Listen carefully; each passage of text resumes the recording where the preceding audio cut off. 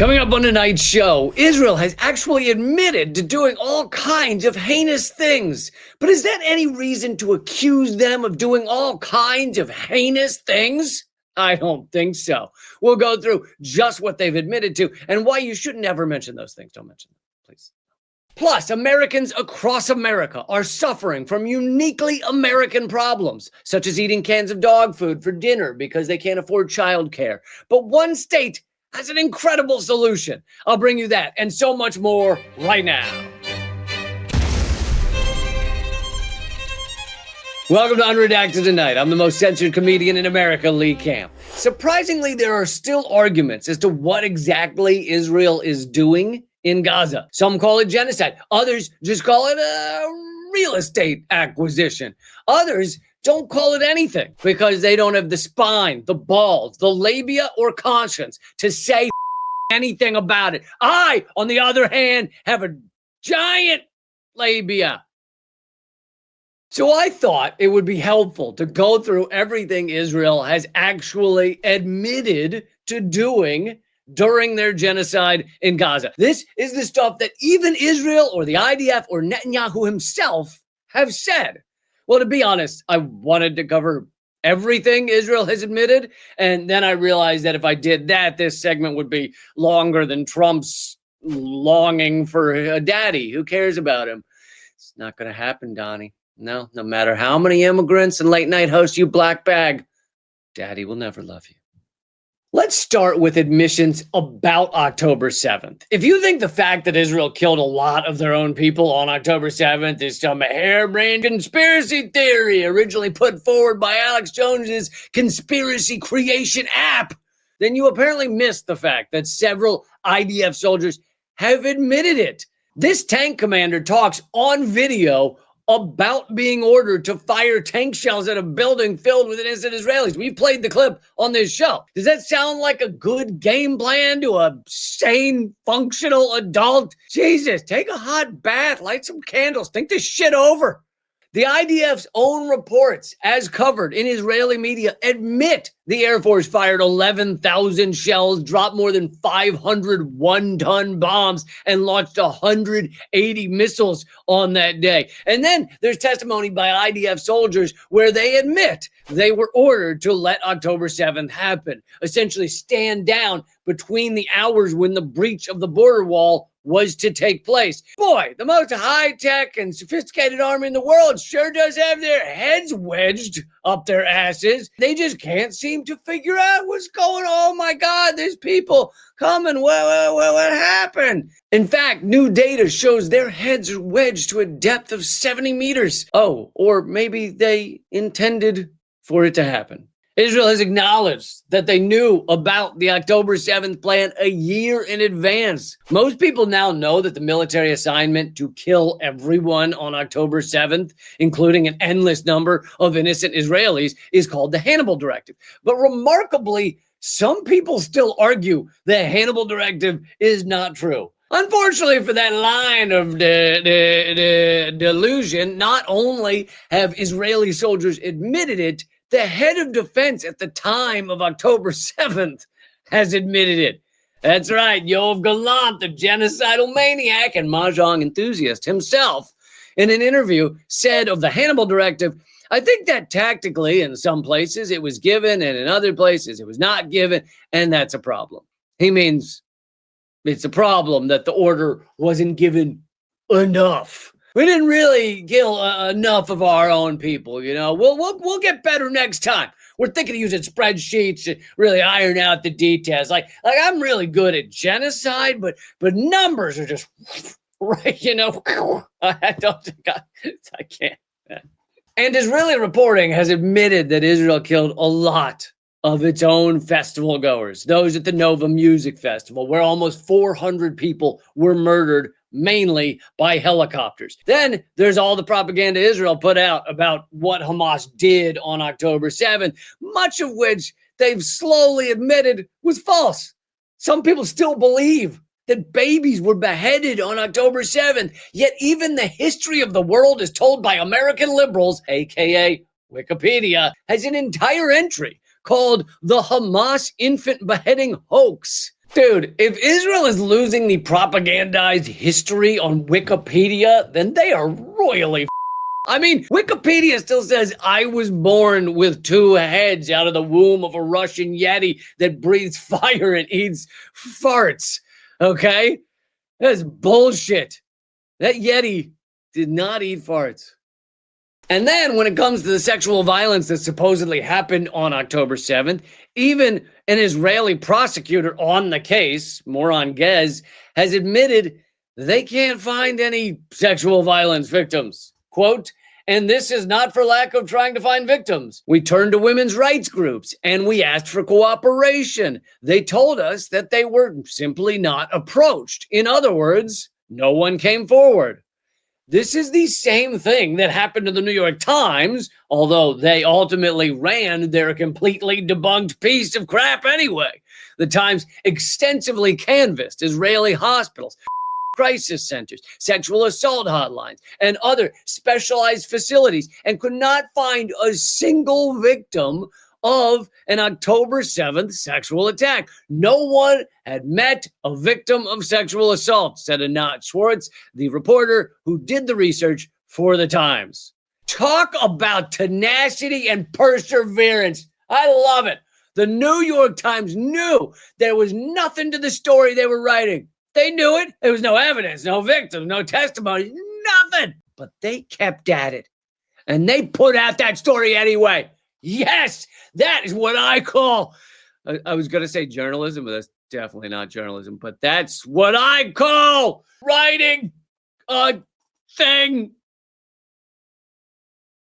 But let's get beyond October 7th. What else has Israel admitted over the past 2 years of genocide? Well, they've admitted they use human shields, for one. Israeli soldiers have revealed the systematic use of Palestinian human shields in Gaza. In case that's not enough for you, the pro-Israel New York Times has also admitted Israel uses human shields. Of course, that's a war crime, but Israel views war crimes like Pokemon cards. You know, they're trying to collect all of them. There's only a few that are eluding them. Israeli soldiers also admitted to stealing over $54 million from a bank in Gaza. And the IDF has boasted about stealing loads of other stuff from Gazan homes. You may look down on that, but what's the point of committing a genocide if you don't get to keep a couple tchotchkes, you know, right? Some keepsakes, little mementos. Come on. But stealing is the least of it. Various Israeli government officials have admitted to ethnic cleansing and forced displacement. Gila Gamliel, the science and technology minister for the current Israeli Likud government, admitted, we will make the Gaza Strip uninhabitable until the population leaves, and the same thing will happen in the West Bank. Well, boy, that's pretty clear. That asshole just came right out. Just everybody else is going, we're only here for the hostages. We're only trying to kill Hamas. It's just an accident that we keep going after all the children. Meanwhile, on the news is the science and technology minister going, yeah, you see, what we're doing is we're obliterating the whole place, and then no one will want to live there anymore. That's the plan. I think it's a pretty good one, honestly. What's that? Hostages? What hostage? But Trump, too, no bullshitting there. He's made clear his plan to empty Gaza and turn it into a casino resort town with no Palestinians. Of course, again, this is the definition of ethnic cleansing. You know, I remember a time when we couldn't speak freely in this country, and yet now the president of the United States can openly speak his mind and call for genocide. That is a beautiful thing, is it not? Like that kind of freedom. You can't find that anywhere except for the swamps of Narnia. That's the only place in America. What's next? As reported on CNN, the IDF has admitted to defiling cemeteries, which is one of the telltale signs of ethnic cleansing because it means the perpetrator is trying to erase the memory of the people from the land. A spokesman for the IDF could not account for the destruction of 16 cemeteries CNN provided coordinates for, but said the military sometimes has no other choice but to target cemeteries. Moving on with the war crimes bingo card, former Israeli Deputy Foreign Minister Danny Ayalon admitted in an interview that until Hamas leaves Gaza, the people will not get food, water, medical supplies, etc., which is the definition of collective punishment. Another war crime. Wow, they're really admitting some great stuff, aren't they? Let's keep going. Israeli intelligence data. Militants account for only 1 in 4 Gaza detainees. Their own data shows 75% of the thousands of Gazans Israel tortures in their prisons are not militants. And they're fudging that data too. So it's probably far worse than that. They're like, he said Hamas. Add him to the list. He said he's Hamas. He said he wants some hummus. No, he didn't. He said Hamas, please. Meaning he's pleased to be in Hamas. Add him to the list. Next, while it has been Israeli propaganda for decades that Palestinians stopped the two-state solution because they don't want peace, they're animals, get them out of here, they're animals, right? We all saw that shit. Netanyahu just recently admitted he has stopped Palestinian statehood this whole time. He said in Hebrew, there will be no Palestinian state west of the Jordan River. For years, I prevented the establishment of this terror state in the face of tremendous pressures, both domestic and international. Moreover, we doubled the Jewish settlement in Judea and Samaria, and we will continue on this path. Just for good measure there, in the second part of that statement, he admits to mass land theft by the state of Israel. In another interview recently, he admitted that Greater Israel is a goal close to his heart. Greater Israel refers to wiping Palestine off the map, as well as stealing significant portions of other countries. You see, if you actually listen to what these lunatics are saying, they admit it all. It's 2025. Why are we still debating this? It's crazy. Netanyahu agrees with me. I wish he had time to show up every time you were debating this shit with your family, Like, Mom, they're trying to clear out all the Gazans, okay? That's what they're doing. They're not just trying to find hostages. Why can't I get this through to you? You know what? I didn't want to do this. But, Bibi, come on out. Come on out here. And then Netanyahu comes just wandering out, eating some snack he gave him in the closet. Bibi, tell her, are you clearing all the Palestinians out of Gaza? Is that your plan? Yes, that is our plan. Yes, get rid of all of them. That's the plan. Okay, thanks. Yeah, you can head back in there. You see, Mom? I told you. Israel is a genocidal apartheid state. You just heard it from Netanyahu. She's like, well, I don't like calling it that. It's not apartheid, okay? And then Israel Katz, the current Israeli defense minister, wanders out. Go ahead, Israel. You tell her. And he's like, yes, ma'am. It's we're totally an apartheid state. Thanks, Israel. You get back in there, okay? I don't want to see you anymore. Just get the away from me. And don't eat any more of the croissants. It's not a buffet. Israel Katz, by the way, said it's an apartheid state. They are admitting everything. So can we please end this debate? It's over. It's genocide. It's apartheid. It's ethnic cleansing. I'm glad we all agree. Yes, great. It's great. We're all got it ironed out. Perfect.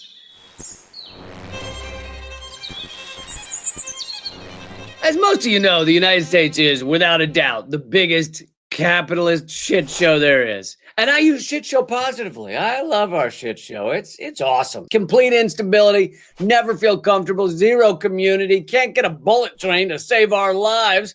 If you have to go to the doctor, you got to take out a second mortgage on your bicycle, not your house, because no one owns one of those anymore. It's great. It's all great. But 40 types of hard seltzer to choose from, right? So we got that.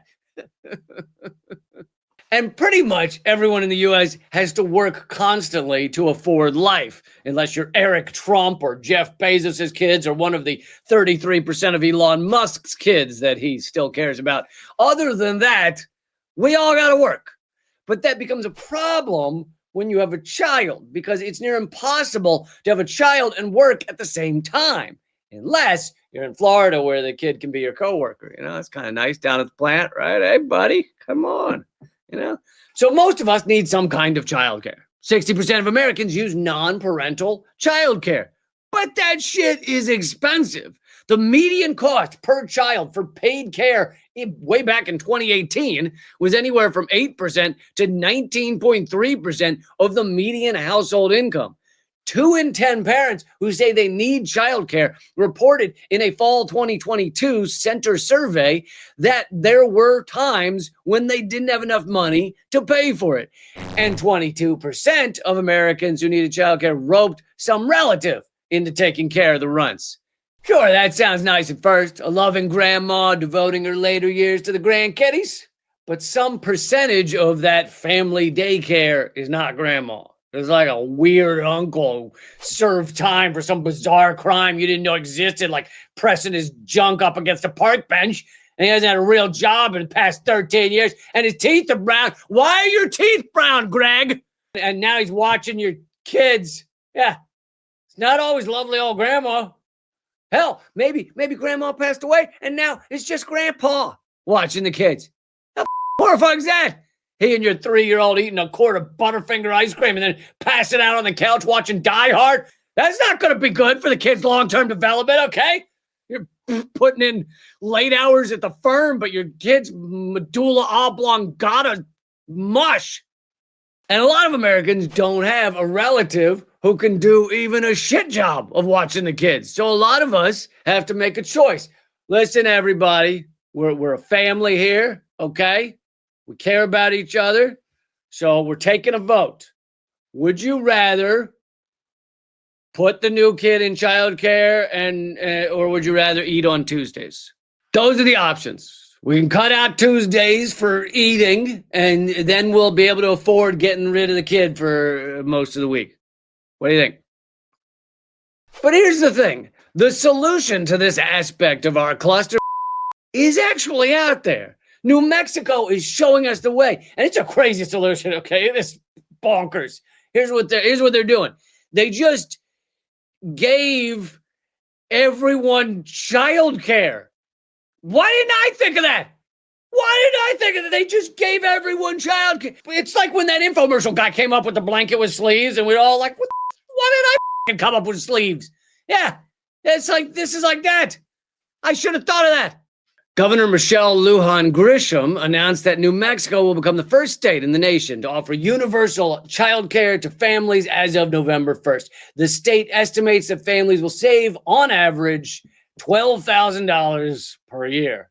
Families who receive child care assistance report greater financial stability, more time to focus on their children, and the ability to choose higher quality care settings. On top of that, there's an increase in the mother's ability to work if she so chooses, which means a higher income for the household, or the father's ability, depending on who watches the kids during the day. Point is, New Mexico has the answer to how hard it is for parents to get by. Imagine if you have 2 or 3 kids in daycare. That's a savings of around $36,000 a year. Man, I wonder what kind of genius scientists New Mexico had working on developing this solution. They must have had the nation's greatest minds working 24/7 to figure this shit out. Just what if the state paid for childcare? When they hit on that zinger, it must have been like they split the atom for the first time. We did it! We really did it! Yeah, bitches! Yeah! What if the state paid for it?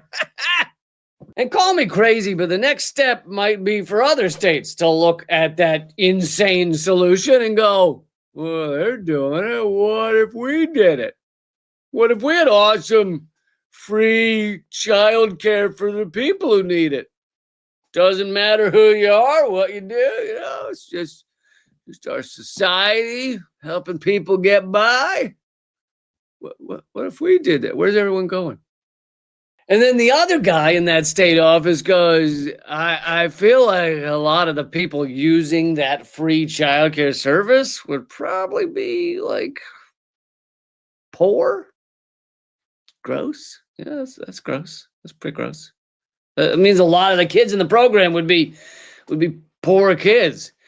Wearing old reject sweaters of Super Bowl teams that never won the Super Bowl and wearing like rain boots on sunny days because it's the only shoes they have. This is disgusting. I think I'm going to throw up if you give me a minute.